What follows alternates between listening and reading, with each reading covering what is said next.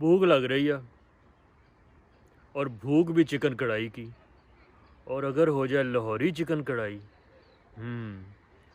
चलें फिर करते हैं कुछ।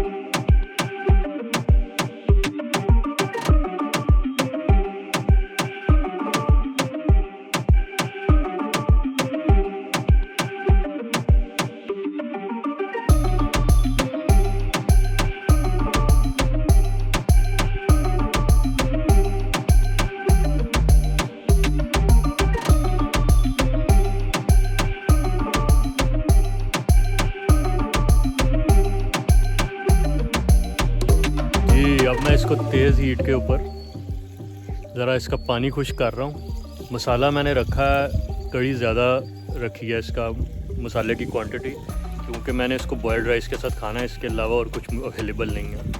तो मैं ये नहीं चाहता कि ये बहुत ज़्यादा थिक हो जाए, तो फिर वो बॉयल्ड राइस के साथ खाया नहीं जाएगा। तो ये तकरीबन रेडी है, आपको करीब से दिखा देता हूँ।